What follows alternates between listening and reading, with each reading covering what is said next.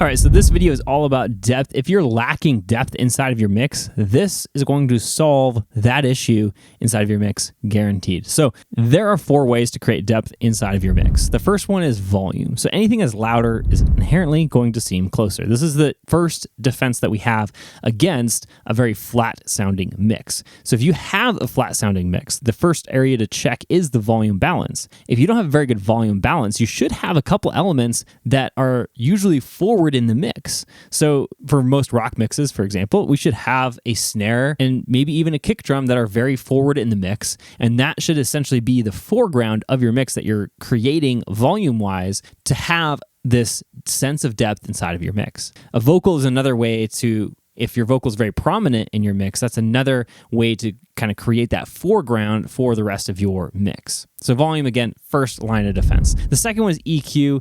This is also pretty straightforward. Anything that's a little bit brighter is going to feel a little bit closer. Anything that's more mid-rangey, has less brightness, is going to feel a little further away. So we can use EQ effectively in our mixes to create this sense of depth. For example, a lot of my main vocals are going to be very bright, very airy, versus my harmony vocals are going to be sitting back in the mix. They're going to be quieter volume-wise, and then they're also going to be more mid-range heavy. So I tend to boost them in like the 500 to 600 range, 600 hertz, to be able to kind of push them back in the mix to avoid them being too forward. And so they're actually kind of dull and they sound kind of bad and muddy in solo, but in the context of the mix, they do add their presence, but they feel really far away, which is exactly what I need them to do inside of the mix to get away from the main vocal. So the main vocal is still the main vocal. The next area that we can use to create depth in our mix is reverb. And this is what this video is really all about, is how to create what I refer to as the depth matrix to actually create this sense of depth using reverb in your mix as a utility plugin, essentially, rather than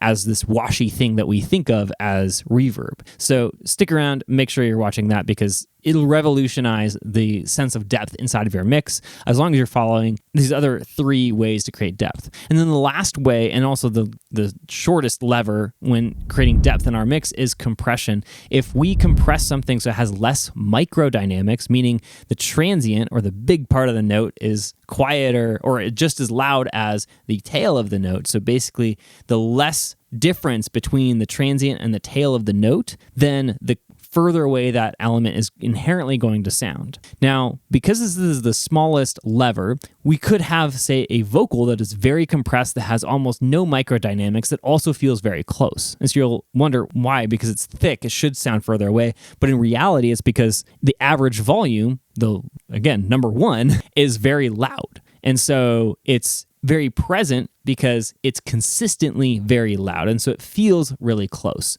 So the compression, again, is the least. Compression is the last thing I reach for to create a sense of depth in a mix, but I did add it here for completeness. But again, reverb is what we're focusing on this one, and so I want to show you exactly, essentially, what we're doing inside of the mix to be able to create this sense of depth using reverb.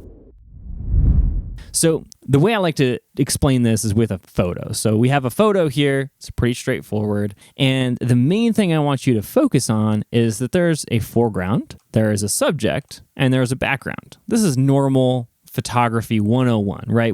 If we want to have a sense of depth in our photos, then we're going to need these 3 areas in order to create a sense of depth, visually speaking. The same thing applies to our mixes as well. If we don't have a foreground, if we don't have that snare hitting us in the face really up front, then our mix is going to feel flat, kind of like a flat photo as well. So essentially, we're creating these 3 spaces using reverb in our mix to be able to create this sense of depth without actually making the entire mix muddy. So let's dive in. All right, so now it's time to create our depth matrix. So let's dive straight in this mix. Whoop-a-boo. I'm going to grab the items that I know that I'm going to be sending to stuff. So normally I would just grab all the individual tracks, but because I know that I'm going to send these entire buses to one of those spaces, then I'm just going to grab the whole thing. So, and in this case, honestly, these are the ones that I might actually change. This is very rare that I actually have this many buses going to the depth matrix, but let's keep it rolling simply and great. All right. I've been mixing too long. I'm starting to not make sense, so that's great. All right, so here's the front space, the middle, and the back space. Front. There we go. We're going to choose our reverb, and he's getting out this handy dandy chroma verb. Let's do quarter note let's think about where we want this mix to be. It was over nothing. I found out I was talking to a liar. Yeah. Got way too much gain going through here. Go tell stories like you wouldn't believe. Don't play innocent with me. You twist the truth like it's a competition. I'm in your heart like you really had. Your lack of conviction is the perfect example of something familiar I don't know. I just wanted to say, was I just stuck in your way? I found out I was talking to a liar.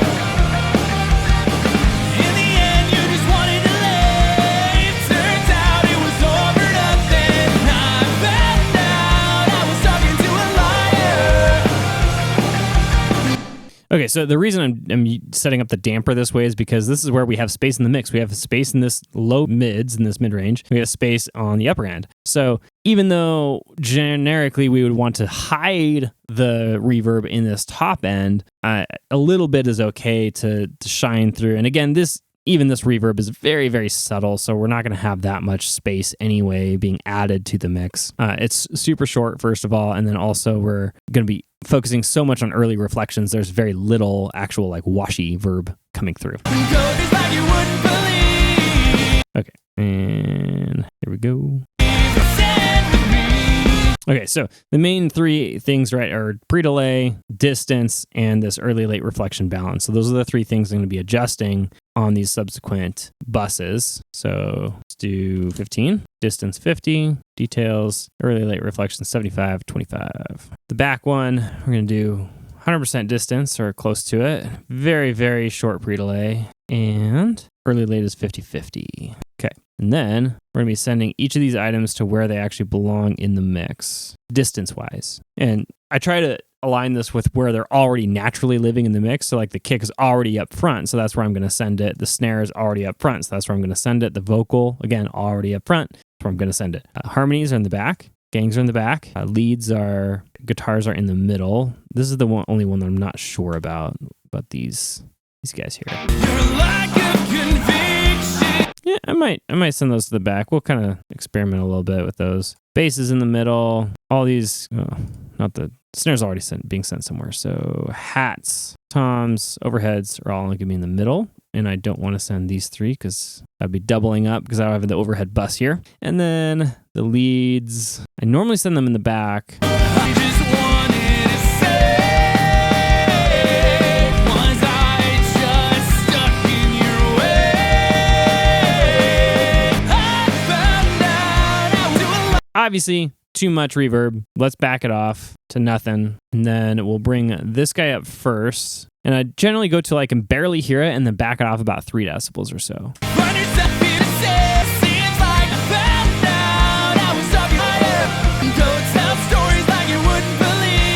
So generally speaking, if we mix this in, so I'm going to now mix it in. So each subsequent bus should be about 3 decibels louder than the prior one because it's about twice as loud, right? So it's increasing that difference between the direct sound and the reverb, which also increases distance, right? So I've got some trainings on that if you want to go reference those to learn why this works. And I also forgot to send this to the mix bus, so let's do that. But when I'm actually playing the song now and I mute this, I should notice a difference of something just went away. Something is missing now. So if I am playing this and I mute it and then I don't notice any difference, then it's probably too quiet. If I can hear the reverb, it's too loud. So that's where I want to be living in this area of I need to sense it, but I can't hear it. And that's why this is a utilitarian, very utility-based move rather than a like stylistic move. Well, I do kind of think about what kind of space it's in because it does kind of give a sense of how big this mix is, what kind of space it's in, how dense it is, etc. but it's not going to be like the massive hall verb on my vocal that's going to wash out everything else in the mix. So it's meant to give us that sense of depth, but not be an effect, essentially.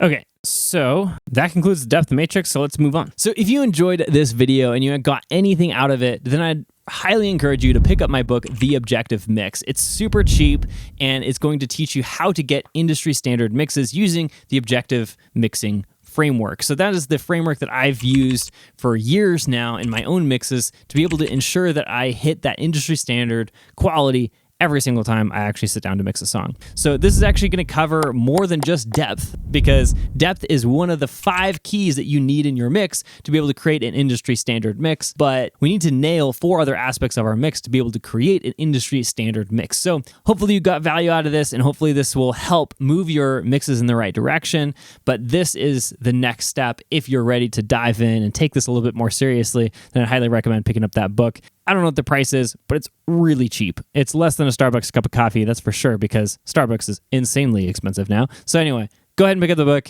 If you don't, I still like you, I still love you, and I'll see you in the next video.